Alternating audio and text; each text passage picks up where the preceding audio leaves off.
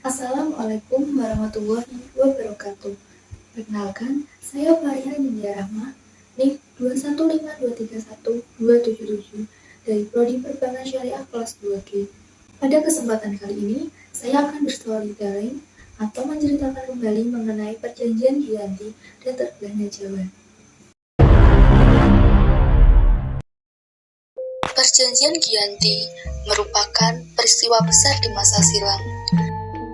Perjanjian Giyanti lahir dari sebuah kesepakatan segitiga politik antara Pakubuwana III, Pangeran Mangkubumi, dan VOC pada tanggal 13 Februari 1755. Nama Giyanti sendiri diambil dari lokasi penandatanganan perjanjian, yakni di Desa Janti, yang biasa dikenal dengan Kerten, Janti Harjo, Karanganyar, Jawa Tengah. Perjanjian ini dibuat untuk meredakan api konflik yang telah terjadi lama. Jadi perjanjian Giyanti bermula ketika Pakubuwana II memberikan hadiah kepada Pangeran Mangkubumi karena telah membantu meredakan api konflik berupa sebidang tanah. Tetapi luas tanah yang diberikan Pakubuwana II ke Pangeran Mangkubumi menimbulkan kecemburuan oleh salah satu pangeran. Kemudian dari salah satu pangeran tersebut mengeluh kepada Gubernur Jenderal Baron van Imhoff. Kemudian jenderal tersebut mengeluarkan keputusan bahwa hadiah tanah yang diberikan Mangkubumi tidak jadi dimilikinya. Pangeran Mangkubumi pun meminta izin pada kakaknya, yaitu Pakubuwana II, dan ia berkata, "Daripada nunggu saya dikurangi, lebih baik buanglah saja sampai saya tidak bisa kembali ke Jawa." Setelah itu, Pakubuwana II memberikan sangu sebesar 3.000 ril dan berkata, "Ini untuk jatah makan anak buahmu." Pada malam harinya, Pakubumi memutuskan untuk pergi. Sejak saat itulah muncul perang Mangkubumen dengan puluhan prajurit kompeni dan prajurit Jawa yang tewas pada peristiwa tersebut. Untuk menyelamatkan daerah operasional Nicholas Hertek di Jawa Utara, Hertek melakukan perundingan dengan Pangeran Mangkubumi. Akhirnya, Hertek sepakat dengan keinginan Mangkubumi, yakni ia ingin juga menjadi penguasa di tanah Jawa.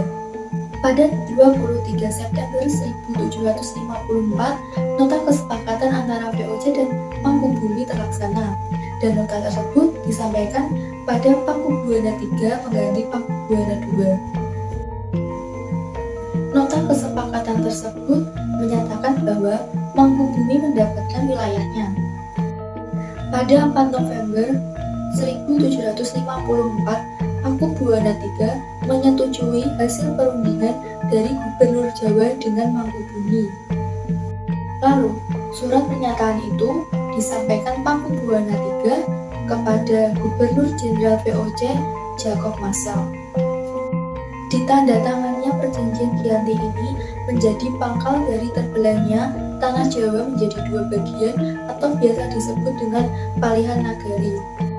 Hal ini menjadi awal mula naiknya tahta Mangkubumi di Yogyakarta sebagai Sri Sultan Hamengkubuwono I dengan gelar Senopati Engalongo Sayyidin Panoktogomo Kalifatullah. Pada tanggal 15 Februari 1755 ada pertemuan untuk meneruskan bagian aspek-aspek atribut keraton seperti halnya keris yang diserahkan kepada Sultan Hamengkubuwono I dan aspek-aspek lainnya seperti perbedaan bahasa, tari, dan belangkon. Pada perjanjian Giyanti ini juga tidak dapat membagi wilayah, jadi pembagian wilayah itu diacak. Sehingga ada daerah yang tumpang tindih seperti wilayah Jogja sekelilingnya Solo dan ada wilayah Solo sekelilingnya Jogja yang mengakibatkan terjadinya konflik. Sementara itu, pasca perjanjian Giyanti, Raden Mas Said atau Pangeran Sambernyawa yang dahulu membantu Mangkubumi masih terus melakukan pemberontakan. Seperti halnya Mangkubumi, Pangeran Sambernyawa yang merupakan trah Pakubuwana turut menuntut hak sebagai penguasa wilayah. Dalam gerakan 17 Oktober 1755, Pangeran Sambernyawa berhasil mengalahkan satu kelompok VOC. Kemudian, pada Februari 1756, ia juga hampir membakar keraton yang baru dibikin di Yogyakarta. Setelah perang bertahun-tahun, VOC akhirnya menyudahi perang tersebut dengan penandatanganan Perjanjian Salatiga pada 1754. Perjanjian ini membuat tanah Jawa kembali terbagi. Pada perjanjian ini, disepakati Pangeran Sambernyawa mendapat sebagian dari wilayah Kasunanan Surakarta dengan kekuasaan yang dikenal sebagai Kadipaten Mangkunegara. Keterbelahan Jawa belum berhenti pada tahun 1813 di masa Gubernur Jenderal Thomas Stamford Raffles. Kesultanan Yogyakarta terbelah dengan lahirnya Pakualaman. Dengan demikian, Jawa memiliki 4 wilayah pemerintahannya yang masing-masing tumbuh dengan perbedaan model dan orientasi politik yang menghantarkan Jawa pada rupa yang beragam. Demikian yang dapat saya sampaikan. Mohon maaf jika ada salah-salah kata. Wassalamualaikum warahmatullahi wabarakatuh.